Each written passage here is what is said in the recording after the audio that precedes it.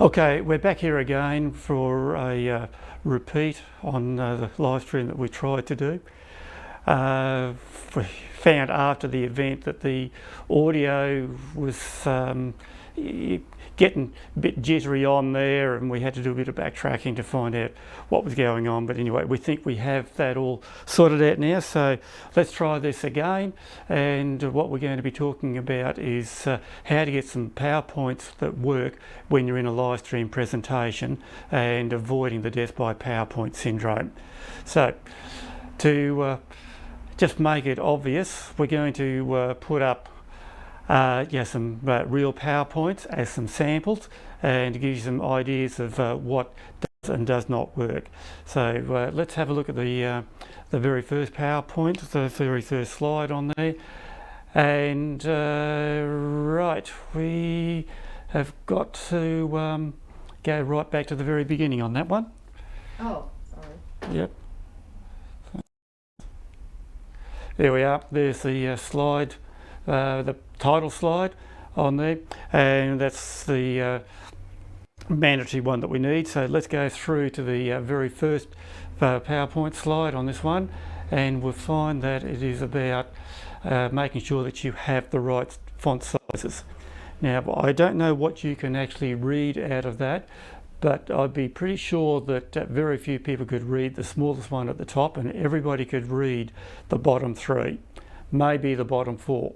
So that gives you an idea of the font sizes. I've listed them as in the point sizes. The third one from the bottom is 24-point Calibri. Just get an idea of what that looks like, because even though we use the same font size across different types of fonts, they end up coming out looking different. But this is what we need to figure out. And we go to the next slide. You can see that we can justifiably end up with, say, 5 to 7 lines on the slide, and that's about it. If you go any more than that, you run the risk of getting in those fonts which are too small to be legible. So be careful on that, and that's the very first thing to avoid death by PowerPoint. Now, moving on, the next thing that we want to do is to make sure that your presentation looks the way that you set it up to look. And we've found in practice that a lot of people will turn up with their USB, plug it into the laptop there, and it's all over the place.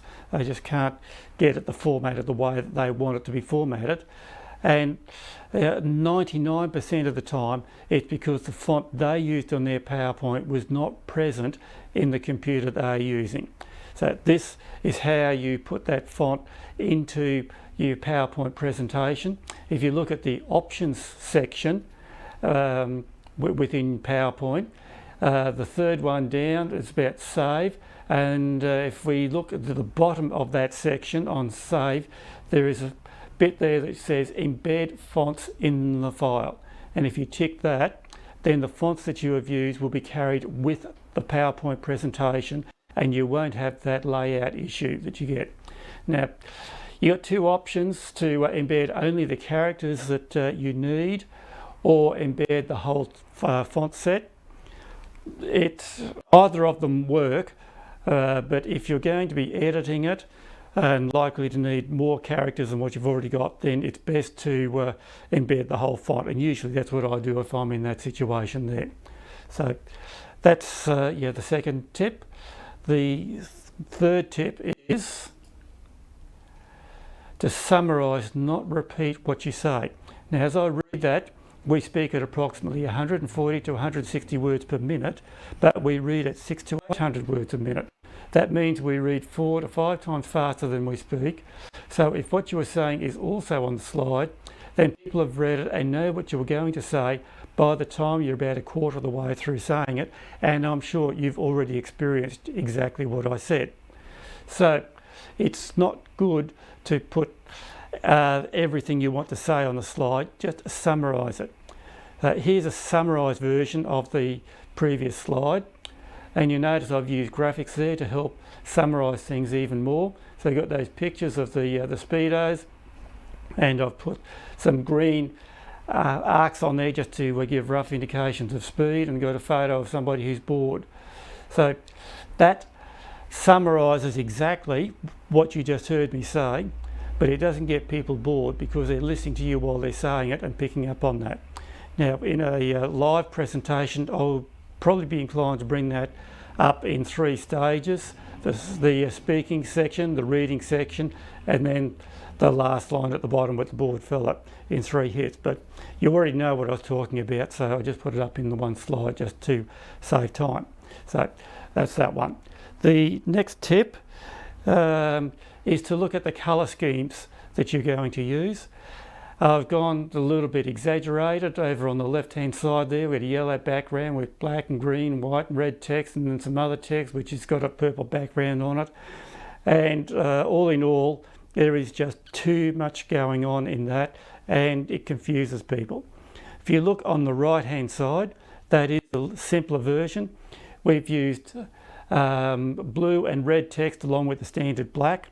Remember that black and white go with any colour scheme, so we've really only used 2 colours in there.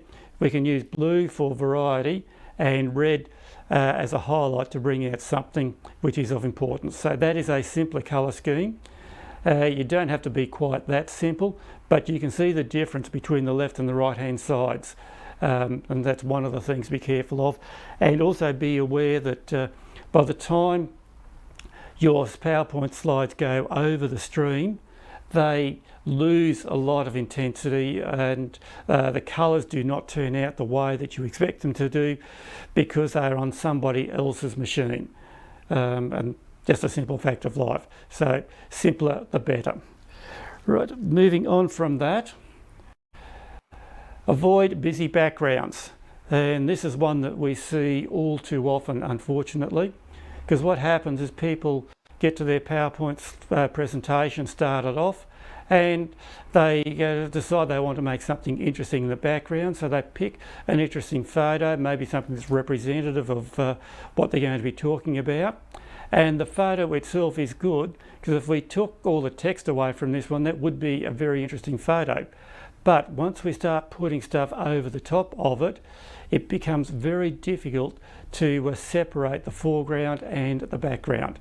So if we go back to the other screen that we've been using, the normal format for this presentation, it is boring by comparison, but you can see that it's a lot easier to actually read what is there and understand what is being said. You don't have to work as hard to do that, so the people who are there can concentrate more on what you're saying rather than trying to interpret what's on the slide. Okay, and the last thing that we want to talk about is, that's it, okay? Well, so there are some tips that we can use to get your PowerPoint slides working. We have experience with seeing people turn up and be disappointed with the way things are reacting and the way they're coming out.